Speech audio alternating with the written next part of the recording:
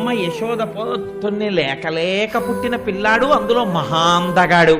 ఆ పిల్లాన్ని తీసుకొచ్చి స్నానం చేసేసి పెద్ద జుత్తు, ఉంగరాల జుత్తు, ఆ ఉంగరాల జుత్తు అంతా కూర్చోపెట్టుకుని, అందులో ఏమిటో తెలుసా అండి, కథలంటే ఎంత ఇష్టమో కృష్ణ పరమాత్మకి.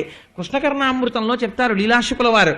కూర్చోపెట్టుకుని ఆఖరికి ఉయ్యాలో ఊపేటప్పుడు, పడుకునేటప్పుడు కూడా మా అమ్మ కథ చెప్పమ్మా పడుకుంటానమ్మా, కథ చెప్పమ్మా పడుకుంటానమ్మా అనేవాడు. ఏం కథ చెప్తాన్రా అని పడుకోపెట్టి ఉయ్యాల ఊపుతూ, పూర్వం ఇక్ష్వాకు వంశంలో దశరథ మహారాజు గారు ఉండేవారు, ఓ ఆయనకి 9 కుమారులు, ఓ పెద్ద కొడుకు రామచంద్రమూర్తి మహాధర్మాత్ముడు, ఓ అని ఇలా కళ్ళు పడుతుండేవి. అమ్మయ్య పడుకుంటున్నాడు అనుకునేది. ఆ రామచంద్రమూర్తి తండ్రిని సత్యవాక్యమునందు నిలబెట్టడం కోసమని 14 సంవత్సరముల అరణ్యవాసానికి వెళ్ళాడు. ఓ ఓ అన్నప్పుడల్లా గుర్తెట్టుకోండి, కృష్ణుడు అంటున్నాడు ఓ అని.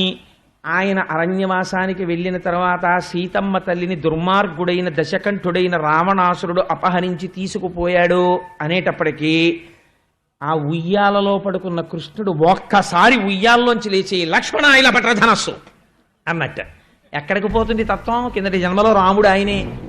అందుకని ఉలిక్కి పడిందిట యశోద. ఇదేమిటి వీడికి ఈ కథ ఇక్కడ వరకు చెప్పిన తర్వాత ధనస్సు పట్టమంటాడు ఏమిటని. వెంటనే విష్ణుమాయ కవ్వించేసి అమ్మ దగ్గర దొంగ నవ్వు నవ్వేసి మళ్ళీ పడుకునేవాడు.